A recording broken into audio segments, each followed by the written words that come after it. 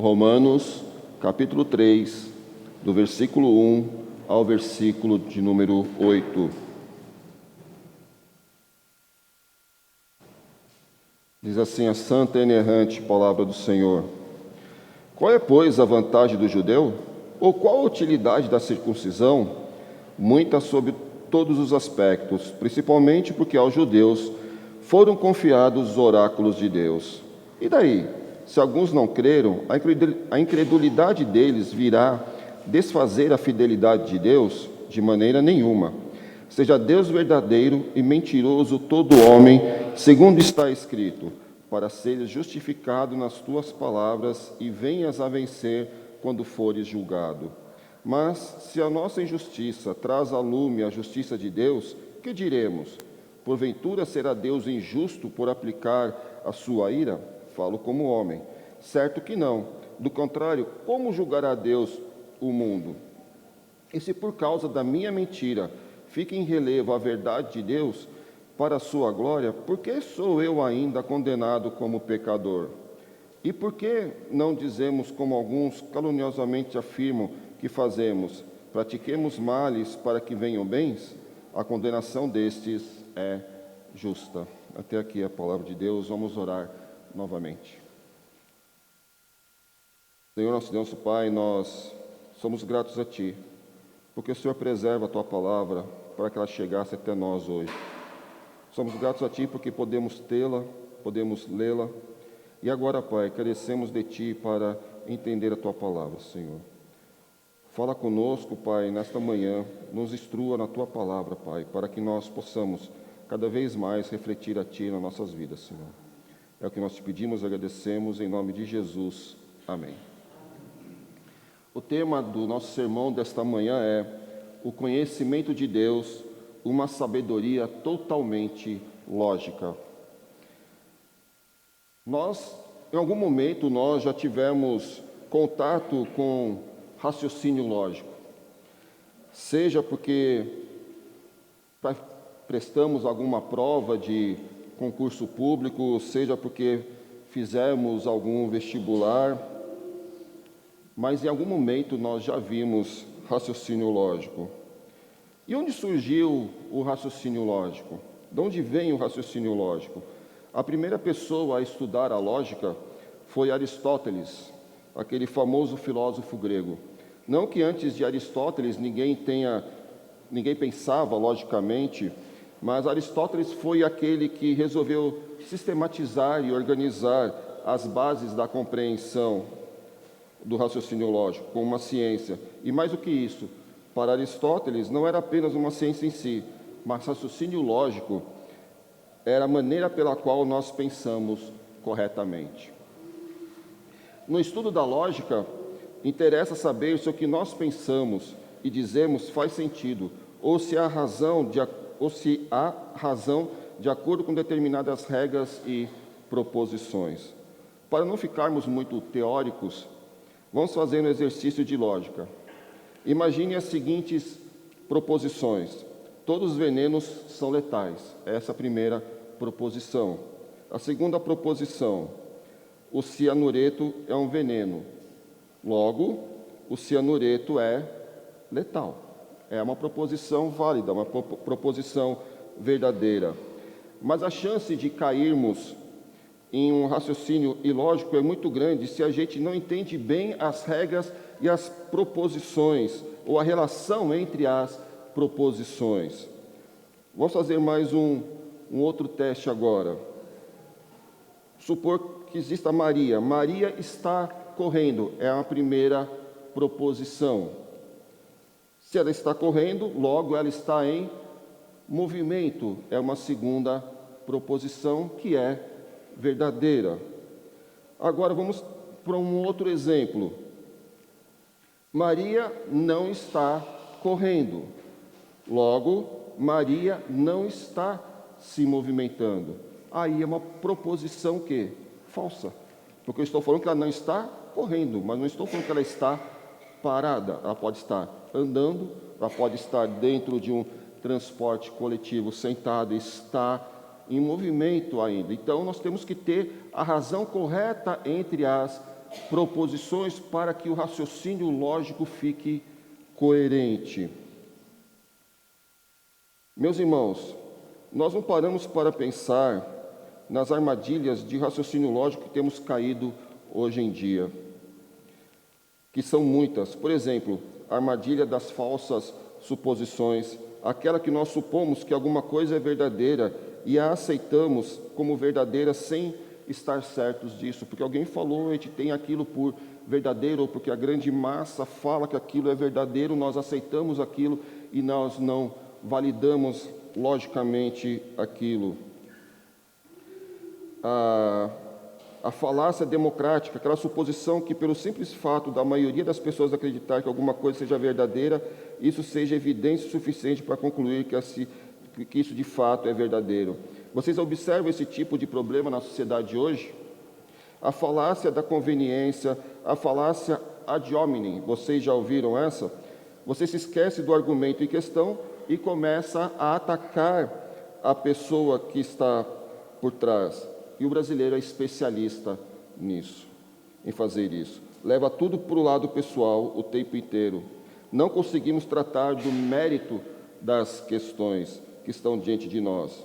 Meus irmãos, o raciocínio ilógico espiritual é típico, como eu falei, raciocínio espiritual ilógico é típico do homem pecador. O homem pecador, por natureza, faz isso. Acontece com aquela pessoa que não é treinada a considerar as verdades de Deus, nem aceitar a verdade de Deus nos seus termos. Antes, prefere as suas próprias racionalizações e conclusões.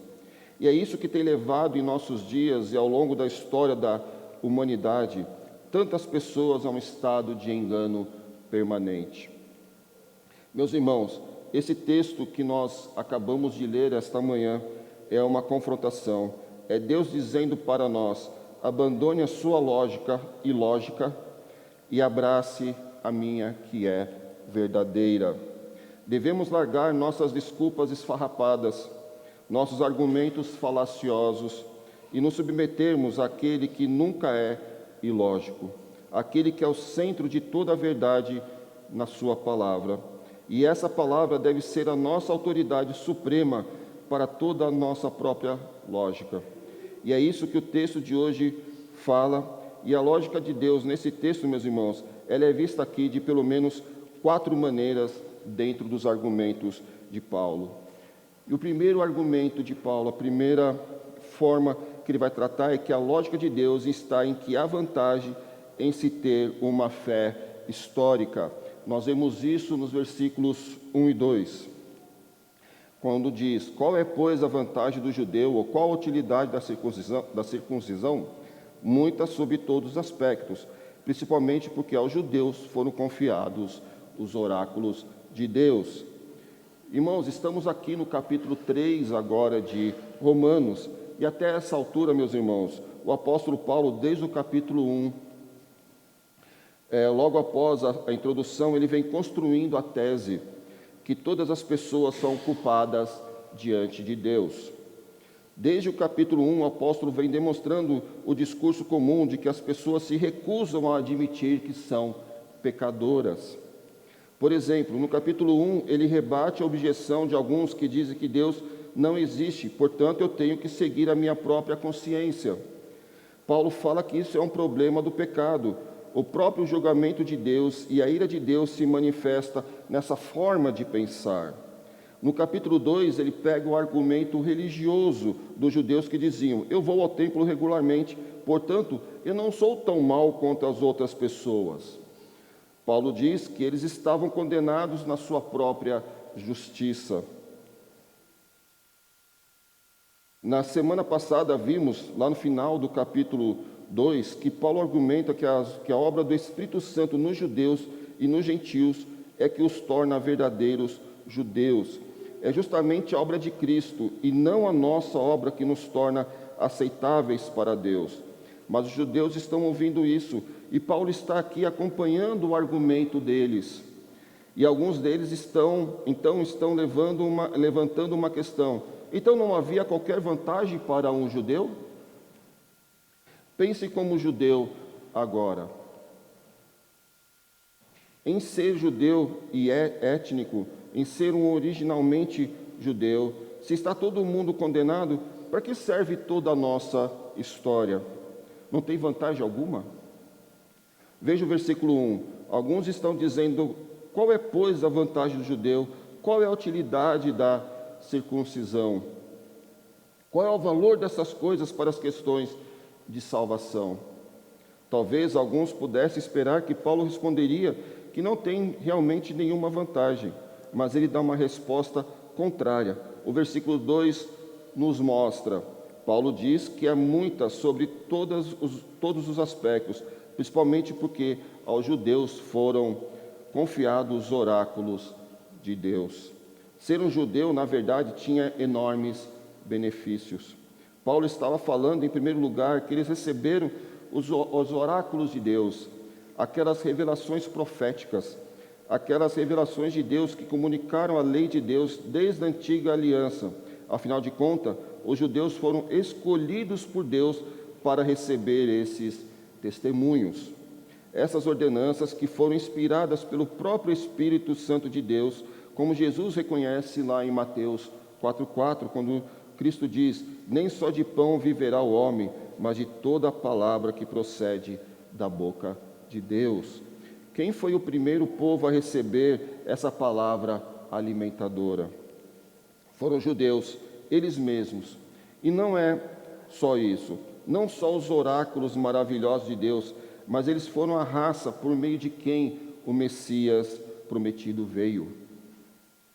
Eles foram também beneficiários de todas as alianças que o próprio Deus fez com a humanidade. Ele fez com homens judeus, ele fez com homens que pertenciam àquele povo: Abraão, Noé, Moisés, Davi. Então eles experimentaram a própria salvação de uma maneira única. Todos nós aqui nesta manhã, antes de nós descartarmos com toda a velocidade o papel dos judeus e a história deles, lembre-se que Deus, pela sua providência, quis usá-los para manifestar a sua verdade. Isso nos traz gratidão ao Senhor. Esses privilégios não necessariamente os tornam melhores do que outros povos. Na verdade, até por eles terem recebido esses privilégios, os tornam ainda mais responsáveis para cumprirem os requisitos de Deus. Eles conheciam a verdade de Deus. Mesmo assim, não deixava de ser privilégio palpáveis da graça de Deus para pecadores que não mereciam nada disso. Conta-se uma história muito interessante de uma menina que chegou para um pastor e disse que estava muito triste com a história da conversão dela. E esse pastor perguntou para ela por quê que ela estava triste com a história da sua conversão. E aí ela contou que quando ela ouvia os testemunhos de outras pessoas que tinham se convertido, todo mundo tinha uma história mais interessante do que a dela.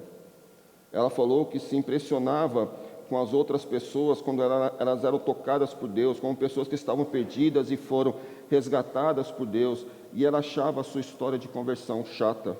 Ela achava que ela não era crente boa o suficiente,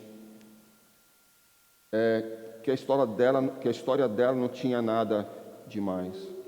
O pastor então pediu que ela contasse a sua história. Ela disse ao pastor: eu cresci na igreja desde pequenininha.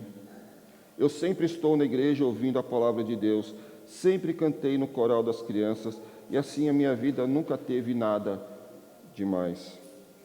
Daí esse pastor vira para essa moça e fala: então você está dizendo que é menor o fato de que você cresceu no Evangelho, que você teve um berço, que seus pais pregaram a palavra para você, que você tem recebido isso desde pequena? Isso não é menor. Isso mostra que muitos penaram no mundo, mas você foi liberta dessas histórias trágicas. E isso é maravilhoso. Deus foi bom com você. Irmãos, nós devemos agradecer a Deus. Se você, por acaso, aqui nesta manhã, é alguém que cresceu na igreja, não tenha isto como algo menor. Ah, eu queria ter sido liberto, eu queria ter tido uma conversão radical. Não. Deus mostra a sua graça justamente em cuidar de você durante todas essas décadas, durante toda a sua vida. A graça de Deus é bondosa. Deus estava tentando mostrar para esses judeus, através de Paulo, que Deus estava sendo excessivamente bondoso para com eles,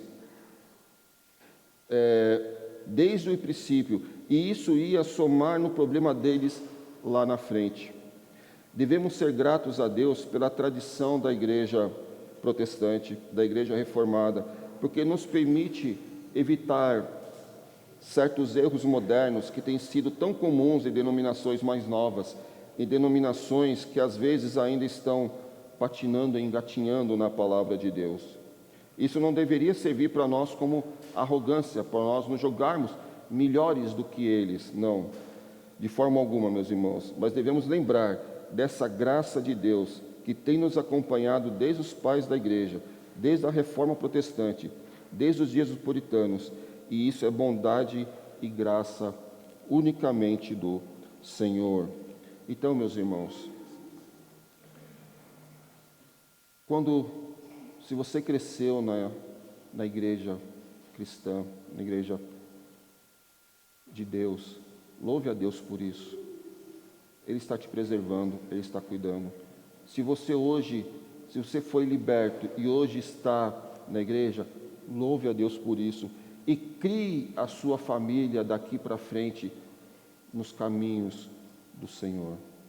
Continue a família da aliança. Não abandone os caminhos de Deus. Para você que cresceu na igreja, isso é um enorme privilégio, Deus ter te poupado das armadilhas do mundo.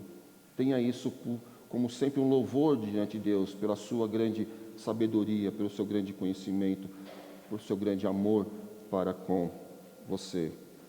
Isso nos leva ao nosso segundo ponto nesta manhã.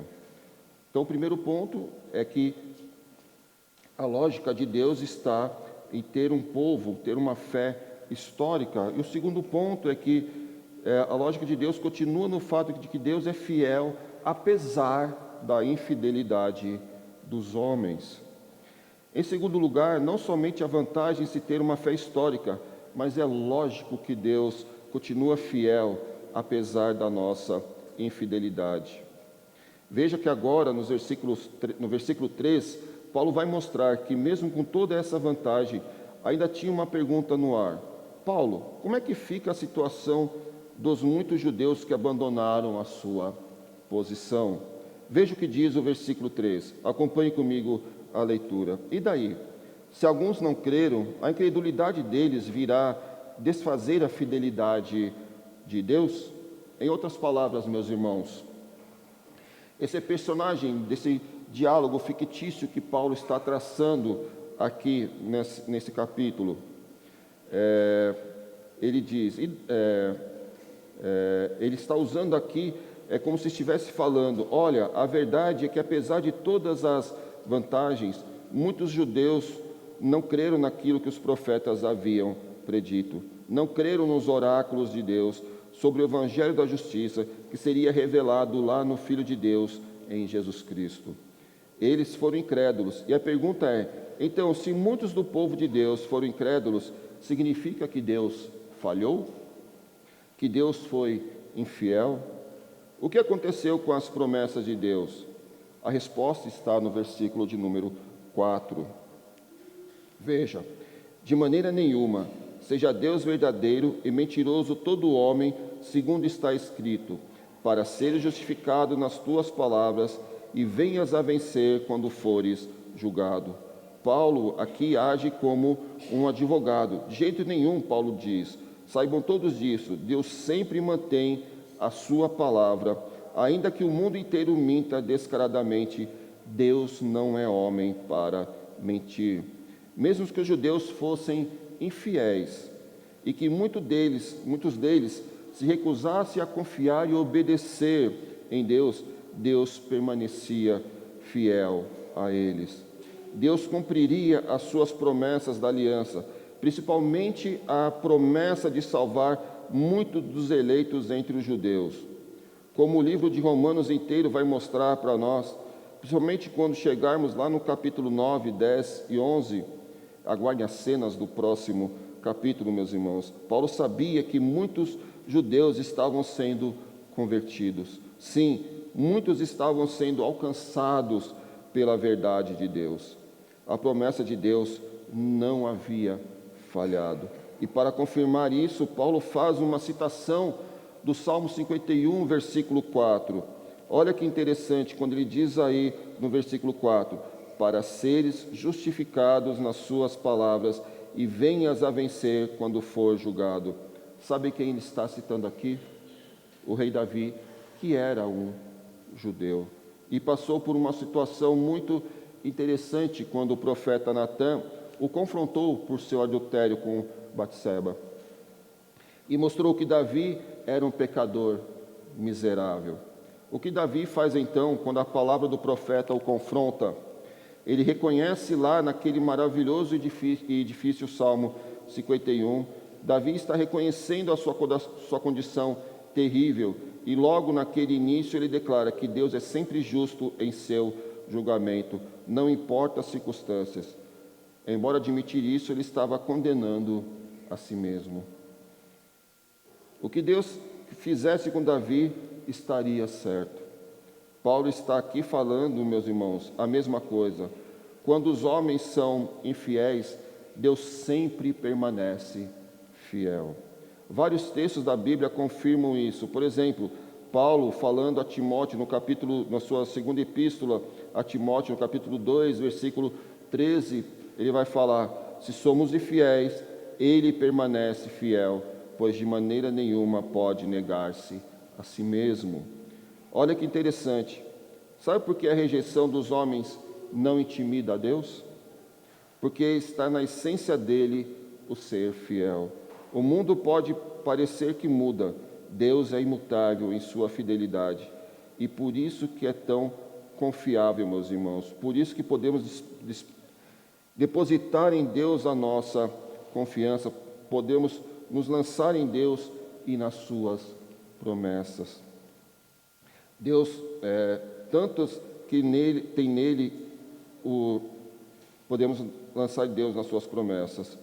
2 Coríntios, Paulo, escrevendo aos Coríntios, na sua segunda epístola, capítulo 1, versículo 20, vai nos dizer: porque quantas são as promessas de Deus, tantas tem nele o sim, porque também por ele é o amém para a glória de Deus, por nosso intermédio. Cristo é o amém de Deus para cumprir todas as promessas. E a certeza que a gente tem de que Deus está fazendo isso é porque o próprio Cristo era um judeu cumprindo as promessas de Deus para os judeus. É muito fácil, meus irmãos, quando tudo está indo de mal a pior, questionarmos a fidelidade de Deus. Hoje é comum muitos questionarem a validade da Bíblia para os dias de hoje, à luz de tantas complicações, de tantas tragédias. Há uma citação de um pastor chamado David Nichols, em que ele diz o seguinte: as fiéis promessas de Deus não são como as estrelas, quanto mais escura a noite, mais brilhantes elas ficam no céu. A glória das estrelas fica ainda mais bela em uma noite escura. Isso é verdade. Quando estamos no interior, num lugar onde não haja muita poluição e poucas luzes da cidade, um lugar bem escuro para ver a beleza do céu estrelado. O pastor Timothy Keller, comentando sobre esse versículo, ele diz que a nossa falta de fé apenas revela o quão comprometido com a sua fidelidade Deus está. Meus irmãos, parem de pensar em tudo que Deus Parem para pensar em tudo que Deus foi capaz de fazer por aquele povo miserável de Israel. Este povo não merecia nada, era um povo pecador, idólatra, adúltero. Deus abre o mar vermelho, Deus manda codornizes, Deus desce o maná do céu, sai água da rocha. Quando muitos deles pecam, Deus suspende a sua mão de julgamento eles não mereciam entrar na terra prometida. Moisés morre, Deus levanta Josué, entra em Jericó e vai vencendo todos os povos ao redor. Deus é tão fiel às suas promessas que nós estamos sentados hoje aqui, nesta manhã, prestando este culto a Deus 2000 anos depois do advento de Deus. Meus irmãos, é lógico que Deus continua fiel apesar da nossa infidelidade. Irmãos, sabedores que Ele continua fiel às suas promessas e que muitas vezes nós temos sido infiéis, corrijamos os nossos procedimentos errados. Procuremos nos aproximar cada vez mais de Deus, a termos comunhão com Ele, a andarmos em fidelidade com Ele e termos os nossos momentos de devocional em casa, de oração, de culto doméstico, de participar dos trabalhos regulares da igreja, cultos, escola dominical, reuniões de oração, tudo são meios de graça para nós. Isso vai nos ajudar a cada vez mais sermos menos infiéis a Deus e nos tornarmos cada vez mais fiéis a Deus. E aqui chegamos então ao nosso ponto de número 3 nesta manhã. É lógico que Deus não é injusto em julgar todas as pessoas. Paulo, de novo, continua dentro desse argumento e ele considera que uma falsa implicação que alguém poderia ter extraído do que ele está falando. Veja o versículo 5 novamente, nas palavras de um judeu fictício. Mas se a nossa injustiça traz à lume a justiça de Deus, que diremos? Porventura será Deus injusto por aplicar a sua ira? Falo como homem. Em outras palavras, meus irmãos, para facilitar esses argumentos aqui, se é verdade que os judeus, então, só poderiam se arrepender dos seus pecados pela graça de Deus, então, de acordo com os oponentes de Paulo, presta atenção, seria injusto que Deus derramasse a sua ira sobre aqueles que não se arrependem. O que, na verdade, Deus quis que fosse assim. Eles, como pecadores, seriam incapazes de responder a Deus.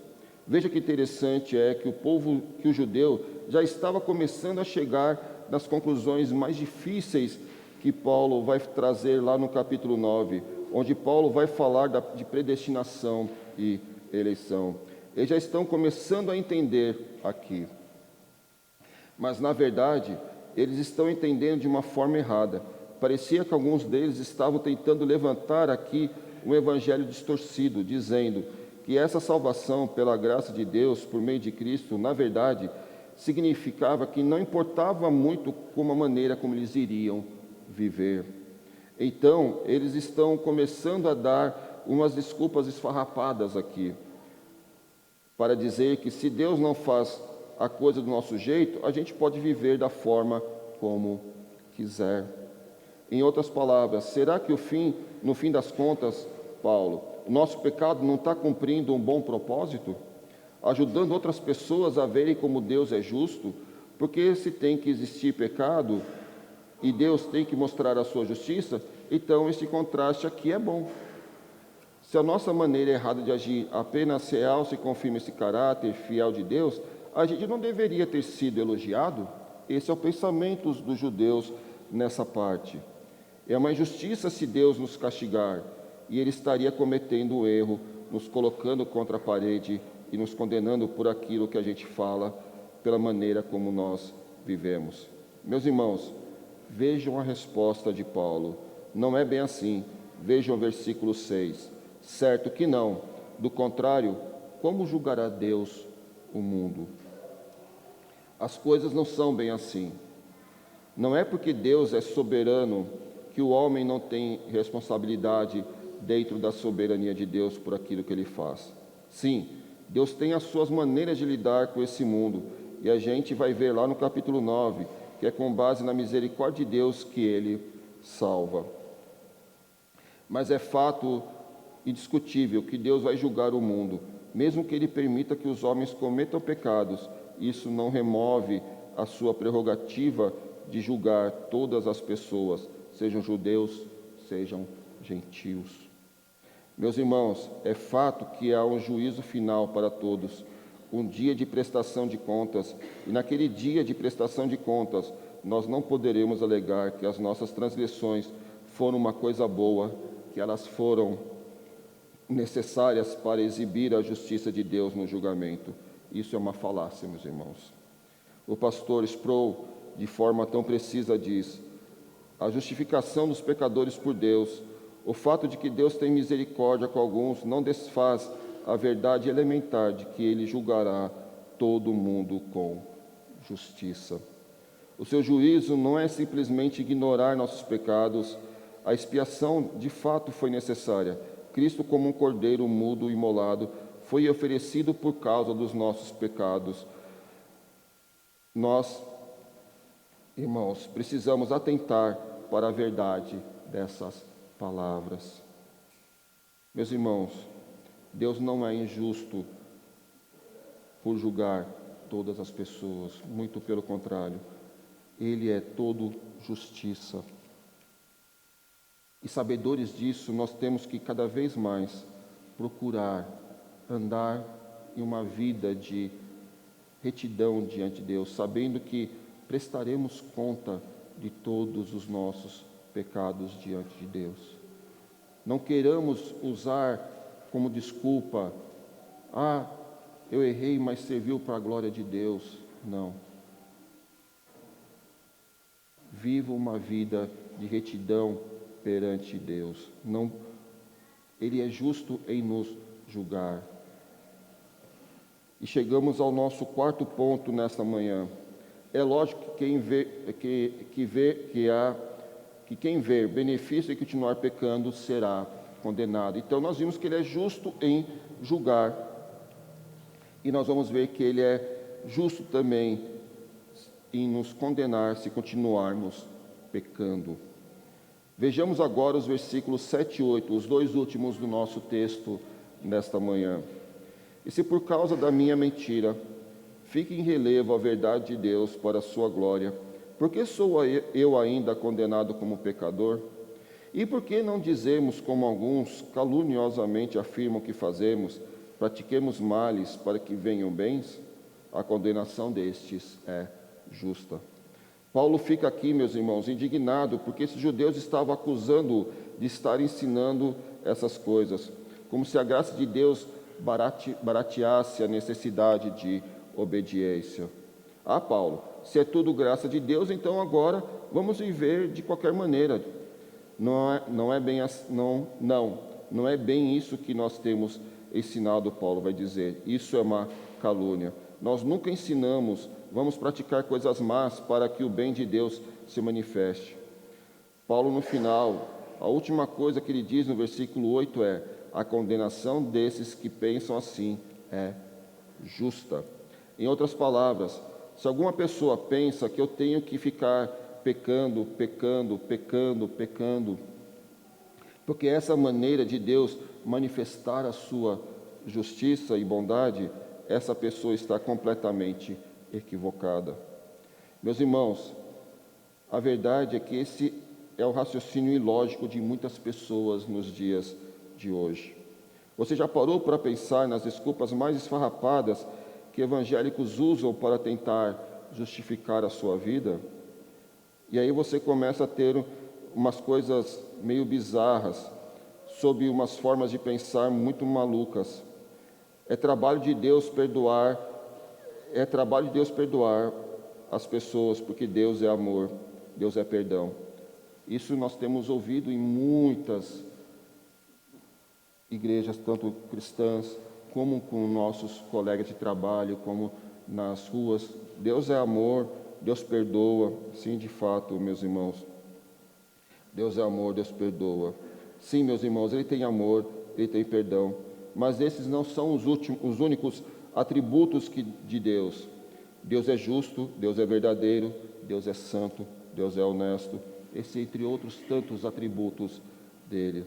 Esse amor sem verdade, esse tipo de perdão barato, não leva em consideração a gravidade daquilo que nós fazemos. Não é a maneira como Deus ensina o seu caráter. Deus é tão amoroso que Ele não vai julgar ninguém. Esse é outro argumento que nós muitas vezes escutamos, que Deus no final vai salvar a todos. Meus irmãos, Deus é amor e Deus julgará o pecador. O pecado não é tão ruim, ele ensina lições valiosas. Esse é um argumento que nós vemos muito em filmes da Marvel. Nós precisamos viver as nossas próprias experiências, errando, acertando, pois tudo é válido, tudo é amor. Cuidado com essa forma perniciosa de pensar. Precisamos apenas amar as pessoas ao nosso redor, precisamos apenas manter contato com a cultura que nos rodeia. Afinal de contas, qual é a culpa que as pessoas têm? A palavra de Deus, meus irmãos, nos lembra da verdade do Senhor. O pastor Joel Bick, comentando esse texto de Romanos, ele vai dizer: o problema mesmo é que nenhuma quantidade de consenso humano, de opinião popular sobre Deus, pode derrubar a lógica de Deus. Eu posso ter a minha lógica, podemos até apelar para a opinião popular, mas, meus irmãos, a palavra de Deus é a verdade. Será que entendemos quão santo é o Deus a quem servimos? As conclusões falsas de outras pessoas não podem justificar a rejeição da verdade de Deus. A palavra de Deus, meus irmãos, ela é verdadeira, e os pecadores sempre desejarão um evangelho adaptado para que eles possam continuar no pecado, fazendo aquilo que eles gostam. Mas aqui Paulo está tirando o incrédulo desse falso refúgio. Essa confiança no raciocínio falso tem levado muitos diretamente à condenação, meus irmãos. Siga o seu coração e você terá como destino final o inferno. Meus irmãos, o que você faz quando o mundo inteiro parece estar afundando num grande raciocínio lógico? É muita gente, na verdade. Você provavelmente tem amigos, tanto físicos quanto virtuais. Você acompanha discussões nas mídias sociais e você pensa assim: mas rapaz, quanto raciocínio ilógico nesse mundo, seja na discussão de política, de sociedade, quanto raciocínio ilógico. É por isso, meus irmãos, que Deus precisa tomar uma medida drástica, sobrepujando a ilógica dos homens. Deus segue no seu raciocínio lógico. O pecado dos homens precisa ser condenado. Alguém precisa pagar o preço. Essa é a lógica. E aí o que Deus faz dentro dessa sua lógica? Com seu amor, com a sua graça longânima, Deus envia a si mesmo o seu próprio Filho em semelhança de carne humana para sofrer a condenação que os homens precisavam sofrer. Isso é amor. É o amor aparentemente ilógico de Deus, como Francis Schaeffer diz, é o amor louco de Deus. Amor que é capaz de enviar o seu próprio Filho dentro dessa linhagem dos judeus, dentro dessa lógica de Deus, mostrando que Deus é fiel, apesar da infidelidade dos homens. Ele envia o Messias, ele cumpre o que ele prometeu. E quando os homens falam a Deus que Deus é injusto de julgar as pessoas, Deus vai lá e julga o Messias. Faz cair na cabeça do Messias tudo aquilo que eu e você merecíamos, para mostrar o quanto ele nos ama. Quem continuar pecando será justamente condenado, mas Deus pega o Messias, faz cair toda a maldição em cima dele, para que nós sejamos livres das amarras do pecado. Essa é a lógica de Deus. Ele cumpre fielmente. Meus irmãos, quão bom é o nosso Deus. Será que estamos dispostos agora a abandonar os nossos raciocínios ilógicos e nos submetermos a nossa vida à autoridade da palavra de Deus? Será que estamos prontos para largar as nossas desculpas esfarrapadas? Será que estamos prontos para largar os nossos argumentos e nos submetermos a Deus? Meu irmão, te faço essa pergunta hoje pela manhã, mesmo que não seja amanhã da sua conversão.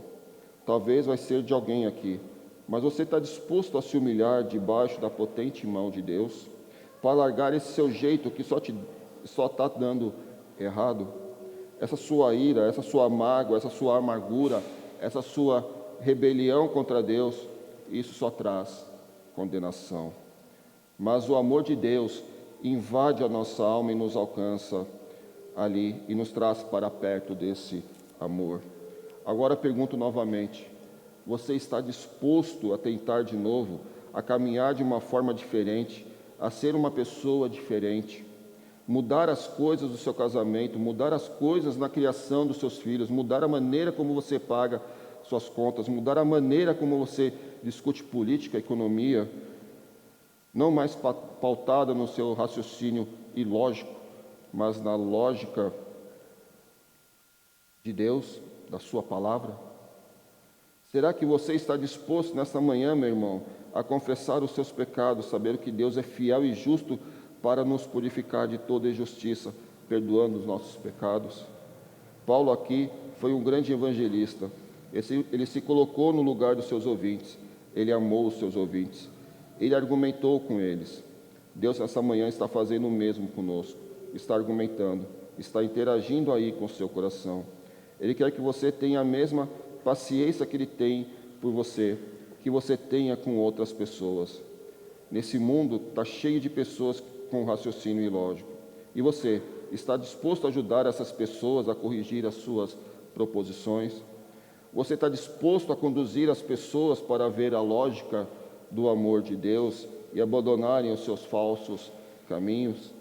Espero, meus irmãos, que quando eu e você sentirmos e entendermos esse grande amor de Deus, estejamos dispostos a fazer isso para que outros, para com os outros, que estejamos dispostos a trabalhá-los para que eles tenham uma mente renovada, e não vos conformeis com este século, mas transformai-vos pela renovação da vossa mente, para que experimenteis qual seja a boa, agradável e perfeita vontade de Deus.